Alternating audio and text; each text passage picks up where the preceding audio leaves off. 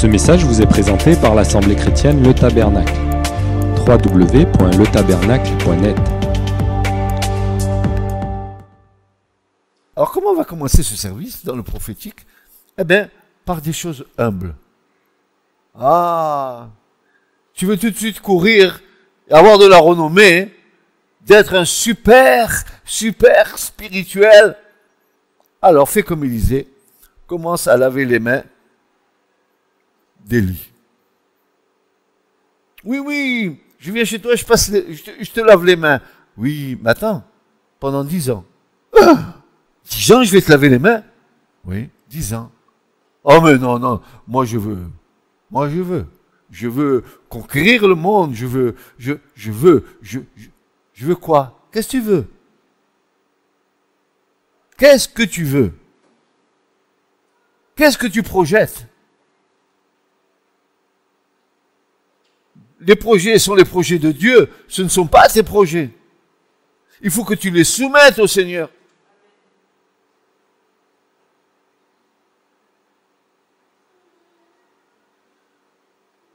Voilà comment la parole de Dieu nous décrit le service d'Élisée auprès d'Élie. Et vous trouverez cette référence dans 2 Rois 3, versets 11 à 12. Josaphat dit, « Y a-t-il point ici un prophète de l'Éternel, afin que nous consultions l'Éternel par lui ?» Alors, je vous dis, le prophète qui est ici, c'est pas les prophètes d'aujourd'hui. Aujourd'hui, c'est pas de la prophétie, c'est de la tambouille évangélique.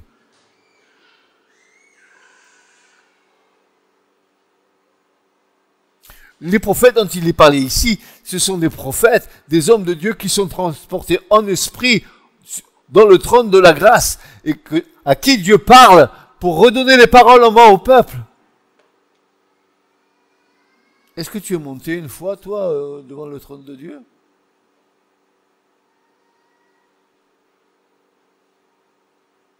Et un des serviteurs du roi d'Israël répondit, dit, « Il y a ici Élisée, fils de Shaphat, qui versait de l'eau sur les mains d'Élie. » Pendant 10 ans. Et Josaphat dit, « La parole de l'Éternel est avec lui, et le roi d'Israël et Josaphat et le roi d'Édom descendèrent vers lui. »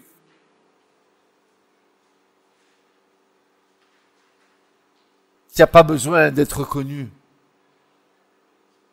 Ta renommée spirituelle, c'est Dieu qui te la donne. Tu n'as pas besoin de dire, je suis ci, je suis ça, je suis l'autre. Regardez, ils ont reconnu qu'Élisée, il était prophète de Dieu. L'autre, il n'est pas venu leur dire que je suis prophète, quoi. Écoutez-moi. N'oublions pas, nous sommes en formation pour servir le roi des rois et non pas pour nous servir nous-mêmes.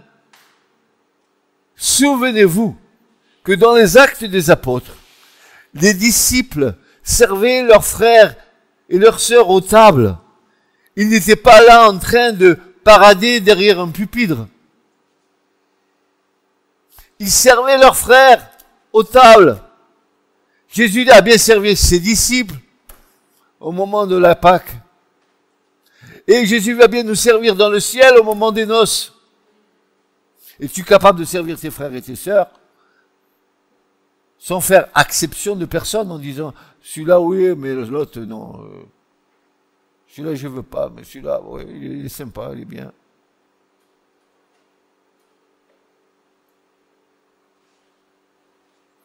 Le signe évident, le signe caractéristique d'un vrai serviteur de Dieu, c'est l'humilité, c'est être humble, c'est être effacé. Pourquoi? Pour que Christ paraisse en gloire dans nos vies.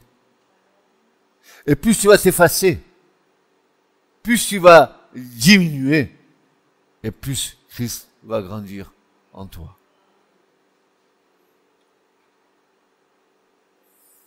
Ainsi, Élisée, pendant tout son ministère, n'a cessé de défendre la fidélité au Dieu unique. Il a ramené le cœur du peuple vers son Dieu, ce que Élie avait commencé à faire, Élisée va le continuer. C'est fantastique, cette histoire. Ça a un avantage certain que ça défait toutes nos pensées à l'égard du service de Dieu par rapport à l'onction, par rapport à tout ça.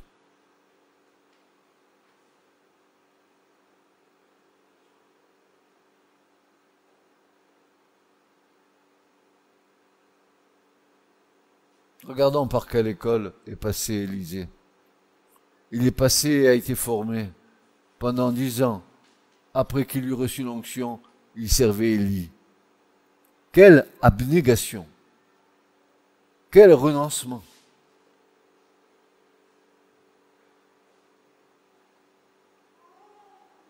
Chemin pour Élisée, chemin de l'obéissance et de la soumission. Il y a une connotation péjorative, ce mot soumission, que nous étions dans le monde, être soumis. D'ailleurs, j'ai vu au cours de mon service pour le Seigneur, quand on arrivait sur ce passage des Éphésiens, où il était dit, « Femmes, soyez soumises à vos maris », pouf, la révolte.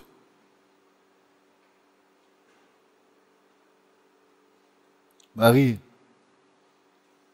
alors, soyez soumis à vos femmes. Faisant un dans le Seigneur.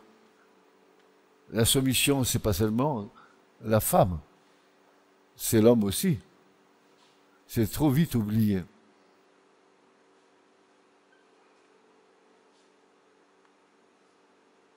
Chemin donc de l'obéissance,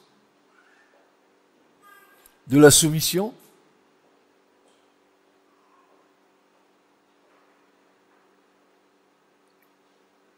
Et de quelle façon accomplissait-il son service auprès d'Élie?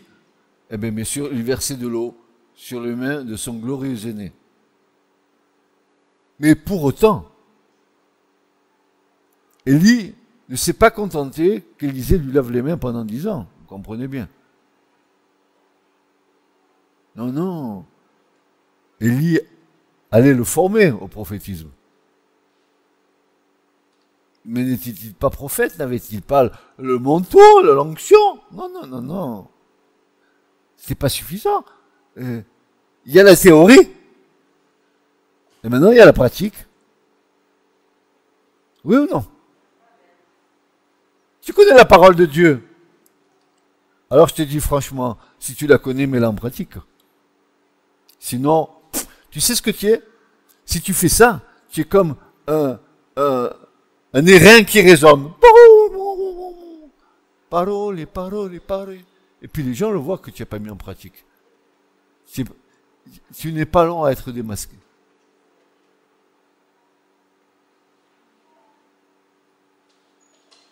Mais pour autant, Élie le formait et le préparait au ministère prophétique si glorieux. Ensemble, Élie et Élisée visitaient régulièrement les écoles de prophètes de Bethel, de Jéricho, de Gilgal, transmettant les choses de l'esprit aux prophètes en devenir. Et au moment de leur séparation, au moment où Élie et Élisée vont se séparer, voici une demande étrange qui est formulée par Élisée. Cette demande étrange d'un souhait qui nous paraîtrait comme une séparation et qui va être formulée par Élisée. 50 jeunes prophètes allèrent de leur côté. Vous croyez que, c'est toujours pareil, vous croyez que Dieu dit à Élisée, jette ton manteau, vous croyez qu'il va, il va laisser Élisée dans le doute, Élisée va se dire, est-ce que j'ai bien servi l'Éternel? C'est pour ça qu'on me quitte le manteau prophétique? Non. Dieu avait quelque chose de bien meilleur pour Élie. Vous voulez ce que Élie a eu? Enlevé vivant par Dieu, sans connaître la mort. Et celui qui doit revenir, c'est Élie premièrement, dit Jésus. C'est pas n'importe quoi, c'est pas n'importe rien. Si on t'avait dit, choisis entre le service d'Élisée, qui était un service de grâce, et le service d'Élie, un service de justice et de puissance, et que tu aies les promesses devant toi, qui tu aurais choisi? Le service d'Élisée ou le service d'Élie? C'était vite décidé, hein? Moi, j'aurais pris le service d'Élie, hein? Parce que les miracles que j'ai accomplis, les trucs que j'ai faits, la grâce que j'ai eue, le sel que j'ai jeté dans la source qui est devenu de l'eau potable, le manche de bois en fer et qui est tombé dans l'eau et qui remonte parce que j'ai prié. Ok, c'est bon, c'est Dieu qui fait témoignage. Mais je préfère nettement être enlevé vivant.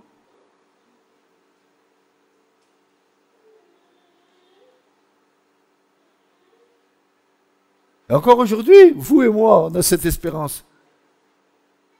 Que le Seigneur revienne et qu'il nous enlève vivants maintenant. Oui ou non?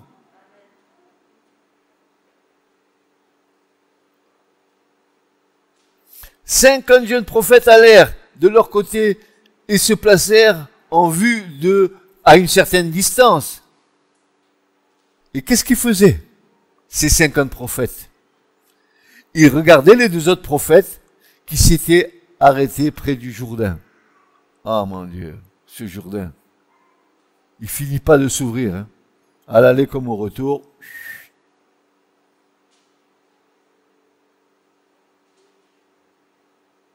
Élie, 2 Rois 9. Élie prit son manteau, il le roula et frappa les eaux qui se séparèrent en 2 et ils passèrent ensemble à pied sec. Pendant qu'ils traversaient, regardez ce qu'elle a. Franchement. Et il ouvre les eaux. Moïse, il ouvre les eaux. Le sacrificateur, on ouvre les eaux. Jésus a ouvert les eaux. C'est un événement surnaturel. Mais la demande d'Élisée m'a renversé. À moi, ça m'a interpellé, bouleversé. Plus ça, à un moment donné de ma vie, ça remet en question sur en quoi, pas ce que je croyais, mais la façon dont on pouvait aborder son appel, etc. Ça m'avait interpellé. Voici la demande d'Élisée. Outre que le Jourdain s'est séparé en 2, vraiment les 50 prophètes qui ont vu ça, ils ont dû être scotchés. Voilà ce qu'un prophète de l'Éternel peut faire. Ça s'ouvre pourquoi? Eh bien, pour laisser à Élie le passage, pour être enlevé, il va passer de l'autre côté, il va être enlevé. Mais attendez, avant que ça se passe, il y a quelque chose que là, c'est incroyable.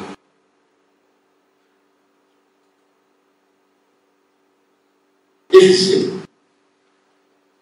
a-t-il reçu le manteau d'Élie? A-t-il reçu l'onction? Par Élie. Et voici la demande d'Élisée.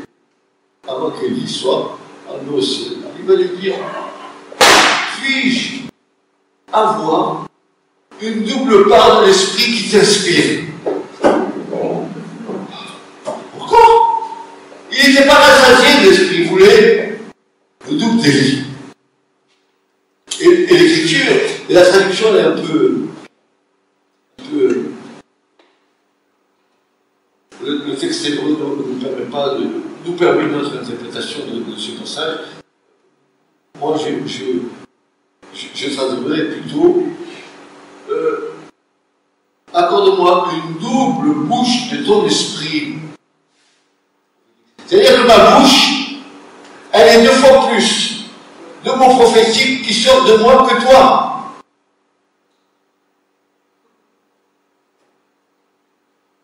Mais n'est-ce pas l'onction? N'est-ce pas le manteau? N'ai-je pas fait l'école biblique? Et j'ai besoin que tu me m'accordes ce désir. J'aimerais avoir une double bouche. J'aimerais avoir une double bouche prophétique. J'aimerais tant, ô Élie, que tu me transmettes, que tu me donnes comme garantie que je puisse servir l'Éternel avec la puissance de ton esprit.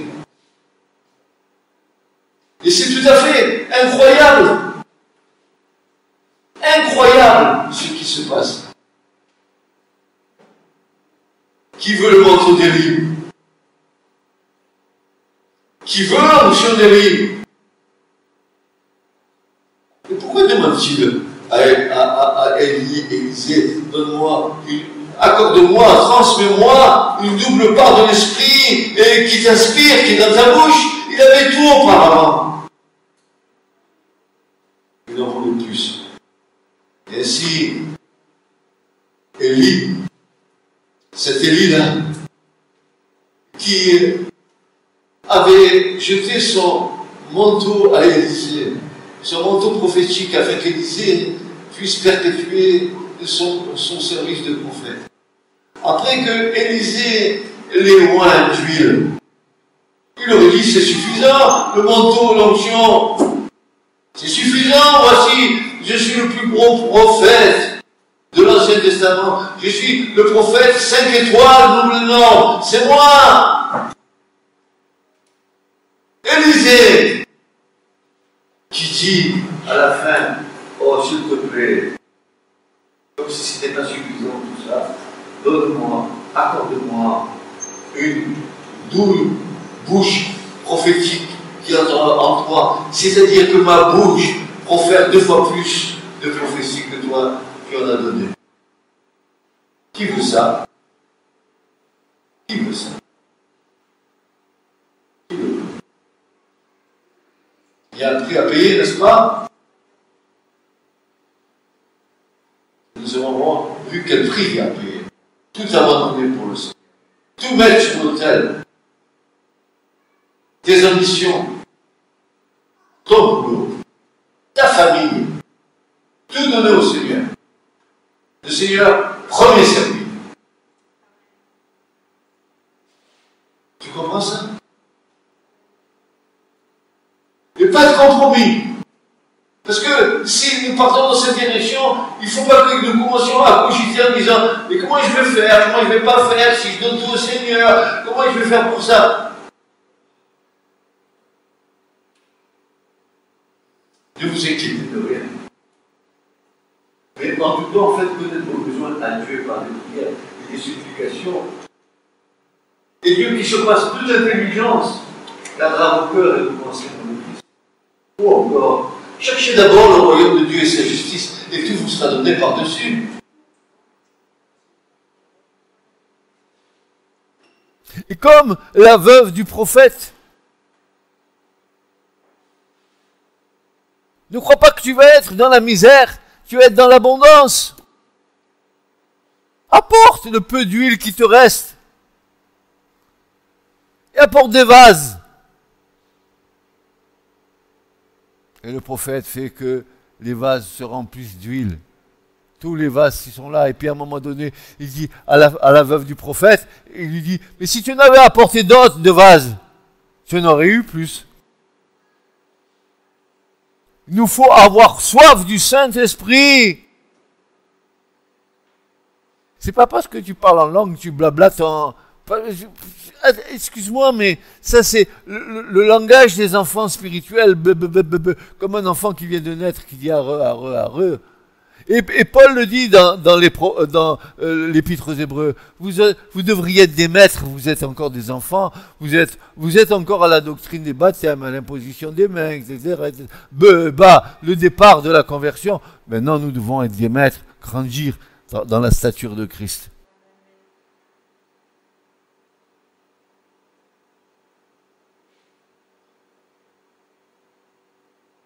L'école du Seigneur, c'est l'élève et le maître. Et le maître et l'élève. À l'école du Saint-Esprit,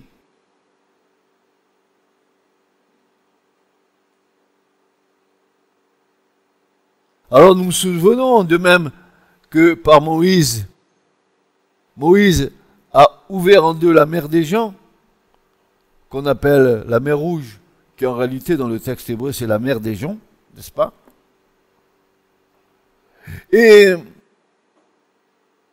en faisant cela, lors de la sortie d'Égypte, nous voyons à nouveau que le manteau d'Élie, l'appel d'Élie, l'onction d'Élie sur Élisée, on aurait bien pu croire que cela suffisait largement pour servir Hachem.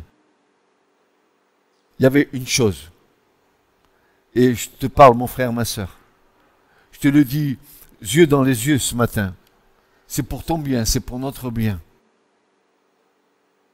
Élisée n'était pas rassasié de l'esprit qui reposait sur lui. Il était dans le rassasiement de l'Esprit Saint. Il rejoignait ainsi l'apôtre Paul qui déclarait aux Éphésiens. Paul disait aux Éphésiens ce que Élisée voulait en réalité.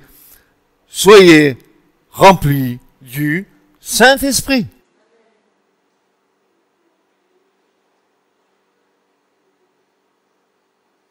Cher Saint-Esprit, Esprit de gloire, Esprit de vérité, Esprit de Dieu, Esprit qui nous conduit, Esprit qui nous rappelle les paroles même du Christ, Saint-Esprit qui nous enseigne dans les paroles du Seigneur et qui ne parle pas de lui-même.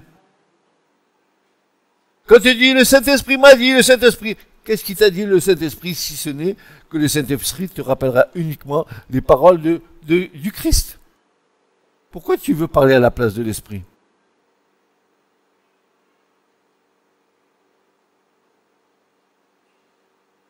Crois-tu que l'Esprit est soumis à toi ou toi tu es soumis à l'Esprit?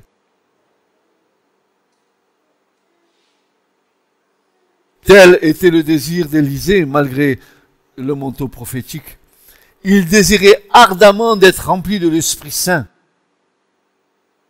Le résultat de tout ça, le résultat de cette demande, le résultat que Élie lui ait transmis, le désir de son cœur. Certainement, il avait l'approbation de l'Éternel. Alors, regardez la vie d'Élisée. Alors que nous disons que Élie est le prophète de la justice du royaume de Dieu, alors Élisée, lui, sera le prophète de la grâce. Miracle, multiplication, résurrection. Souvenez-vous, Élisée est mort, il est enterré. Et voilà un jeune homme qui meurt aussi, mais bien après Élisée. Et on prend le corps du jeune homme mort, on le met dans le même tombeau qu'Élie. Les os du mort touchent les os d'Élie, le jeune il ressuscite. Lazare, mon ami, est mort. Si tu crois, tu verras la gloire de Dieu. Dieu est tout puissant pour te délier des liens de la mort.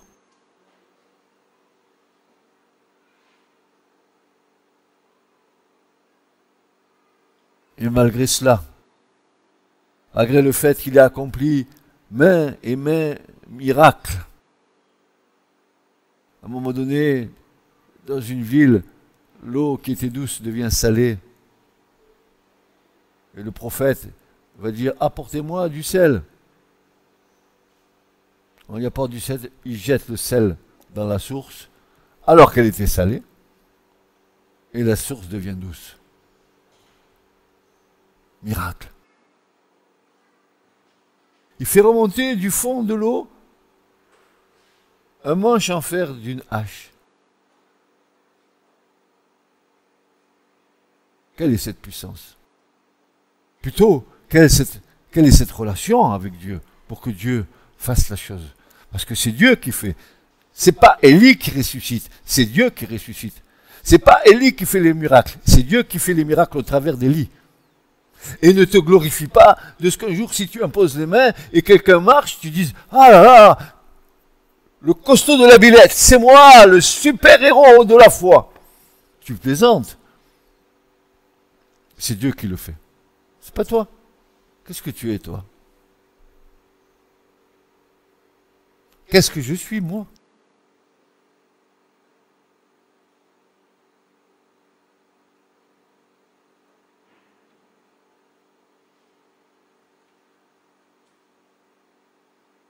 En fait, Élisée rentre dans l'héritage prophétique d'Élie. Vous savez, ça nous donne une autre dimension du prophète et du prophétisme. Quand nous voyons comment Dieu agit pour avoir de vrais prophètes, et parce que nous, dans la nouvelle alliance, dans l'alliance renouvelée, dans l'Apocalypse, il nous est dit que nous serions un peuple de sacrificateurs et de prophètes. Alors, dans cette alliance renouvelée, dans l'Église, tout le monde prophétise à tort et à travers.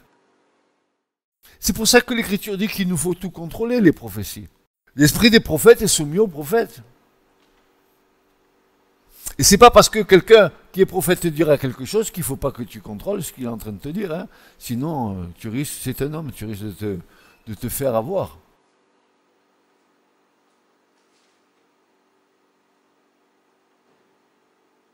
Son premier prodige donc sera d'assainir les eaux de la ville en mettant du sel dans une écuelle et en la versant dans la source qui se trouvera alors purifiée définitivement.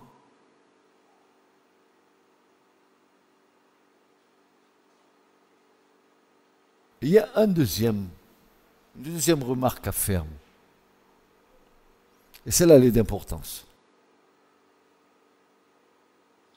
Le deuxième livre des rois relate un fait curieux, que lorsqu'Élisée décide de se rendre à Béthel, donc ville où les prophètes sont enseignés, des gamins l'accueillent en se moquant de lui. Et le prophète Élisée les maudit au nom du Seigneur. 2 ours, vous connaissez cette histoire? 2 ours surgissent alors du bois et il va déchiqueter ses 42 enfants. Et ça nous rappelle ainsi que les prophètes, les vrais, doivent être pris au sérieux. Tu te moques d'un prophète, tu te moques de Dieu.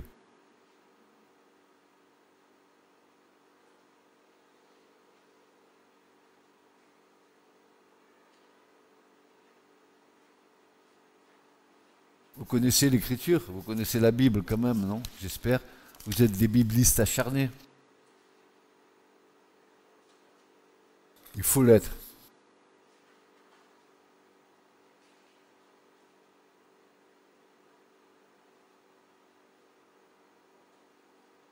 Et apparemment, les miracles que va faire Élisée, il avait demandé une double bouche prophétique, eh bien Élisée va faire le double de miracles qu'Élie. C'est incroyable. Incroyable. Incroyable.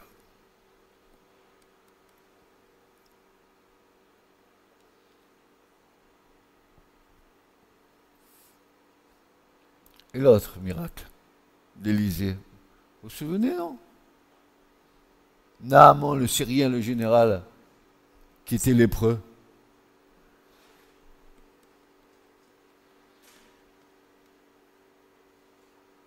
Pas en Israël, une jeune femme, il dit, va en Israël, là-bas il y a un prophète. Dixit Élisée, va le voir.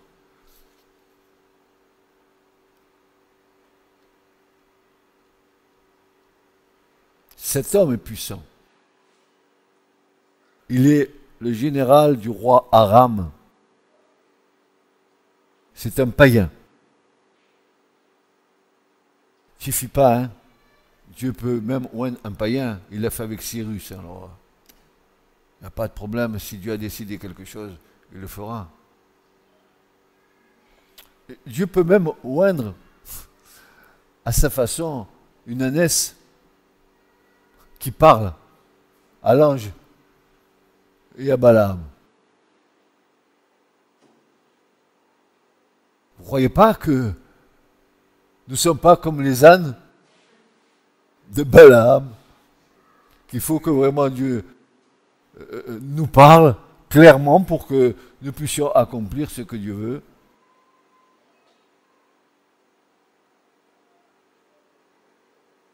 Cet homme est atteint de lèpre et aucun remède ne peut le guérir de son mal. Et ayant appris les actions du prophète, le général se rend auprès d'Élisée, qui lui demande, Élisée lui demande de se plonger 7 fois dans les eaux du Jourdain. Encore les eaux du Jourdain. Encore ce Jourdain alors, vraiment.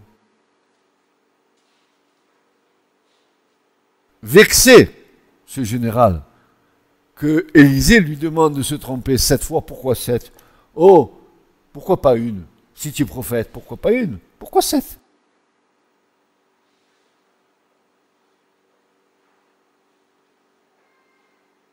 Vexé, l'homme orgueilleux, s'attendant à un geste plus noble de guérison, décide de s'éloigner lorsque ses proches lui recommandent de suivre le conseil du prophète. Naaman se baigna 7 fois dans les eaux du Jourdain et sa peau se trouva aussi belle que celle d'un bébé.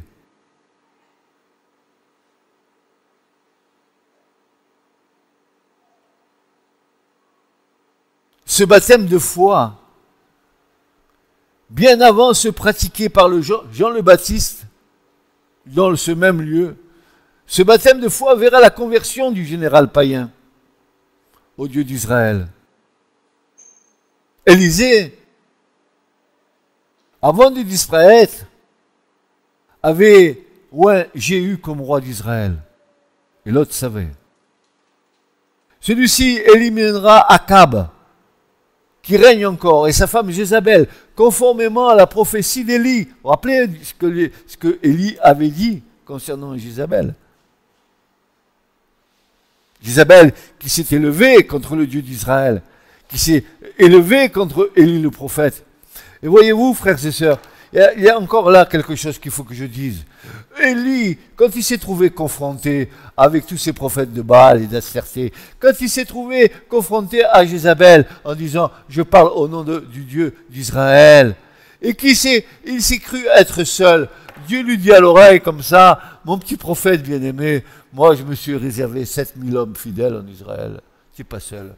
Tu te crois seul? Non. Jamais tout seul, non, jamais tout seul. Jésus, mon sauveur, me garde. Mais non, tu n'es jamais seul. Je suis avec vous tous les jours jusqu'à la fin du monde. Franchement, pourquoi craindre?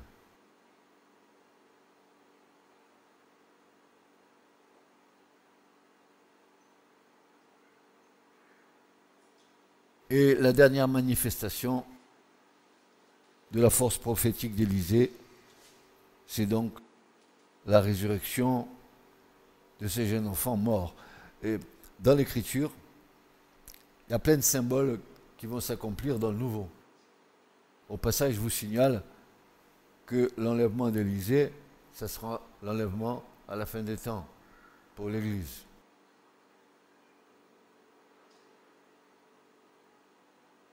La résurrection de l'enfant dans le tombeau. À la voix du Seigneur, les morts ressusciteront. Thessaloniciens. À la voix, à la voix de l'archange, au son de la trompette de Dieu. Lève-toi! Il y a justement une petite histoire à ce sujet. Quand Jésus ressuscite Lazare, vous avez vu ce qu'il fait? Il va dire, Lazare, lève-toi! Parce que si Jésus avait dit simplement Lazare, non, il avait dit simplement lève-toi, tous les morts auraient peut-être ressuscité. Mais il a nommé. Et quand tu seras ressuscité par le Seigneur, tu seras nommé par ton nom. N'es-tu pas scellé du Saint-Esprit? N'as-tu pas reçu le sceau sur ton front pour le jour de l'enlèvement? Alors, une question se pose ce matin. Chacun doit y répondre. Selon la richesse de la grâce de Dieu, Dieu prépare à quelque chose que nous devons discerner. Mais quand l'appel de Dieu vient, il est clair. Même si au départ ça paraît un peu confus, non pas que Dieu est confus, c'est que nous sommes confus avec toutes les activités de notre vie quotidienne qui sont un grand barrage à nos décisions, qui implique de nous mettre sur l'autel. Voilà. Merci pour Élie et merci pour Élisée. Il y a à ta disposition une panoplie de services. Les uns sont prophètes, les uns sont docteurs, les autres sont apôtres. Mais, dit Paul, je vais vous montrer, voir par excellence l'amour. L'amour doit primer sur tout. Mon amour pour le Seigneur, c'est au-dessus de tout. Et quand on sera arrivé à ce stade de rabotage, comme je disais tout à l'heure, quand on sera anéanti, sachant très bien qu'il nous faut disparaître pour que Christ apparaisse en nous. Ce que je suis dans ma personnalité, dans ma vie quotidienne, que je laisse paraître en moi le Seigneur. Alors, nous serons prêts pour l'œuvre de Dieu. Et dans ces derniers jours de la fin, nous avons besoin d'être remplis du Saint-Esprit pour la moisson des âmes. D'un côté, le monde est de plus en plus endurci. Et on dit, c'est pas possible, c'est fini. De l'autre côté, le Saint-Esprit travaille pour ramener les âmes qui restent encore engrangées dans le royaume des cieux. Et il le fait. Il le fait. Ben, mes frères et mes sœurs, ce message m'a fait du bien. Depuis 2 dimanches, honnêtement, ça m'a requinqué. Dans mes convictions de foi, dans la vision du service dans l'Église,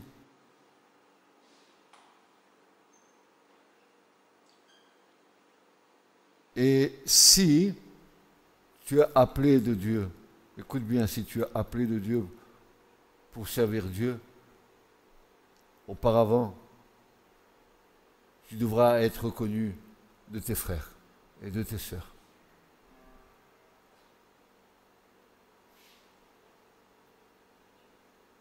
Sinon, il n'y aura pas d'unité. Il y aura des shikayas. Je parle un mot arabe, shikaya, ça veut dire qu'il y aura des disputes, des embrouilles, il y aura le brisement de l'unité. Que Dieu nous aide, qu'il vous aide, qu'il vous remplisse de son esprit pour accomplir l'œuvre à laquelle il vous a appelé. Ne résistez pas. Soyez soumis à Dieu et lui, il vous élèvera au temps convenable. Préparez-vous. Lisez la parole. Lisez la parole. Lisez la parole. Soyez remplis de la parole. En étant remplis de la parole, vous serez remplis de l'Esprit en même temps. Car la parole est inspirée de Dieu. Ne vous contentez pas de prédication. Ne vous contentez pas de ce que les hommes disent. Excusez-moi, mais il faut vous contenter de ce que la parole de Dieu vous dit et vous ne serez pas trompés. Qu'il en soit ainsi pour chacun d'entre vous. Et que le Dieu de paix qui surpasse toute intelligence, garde vos cœurs et vos pensées dans le Christ. Amen. Soyez bénis. Ce message vous a été présenté par l'Assemblée chrétienne Le Tabernacle. www.letabernacle.net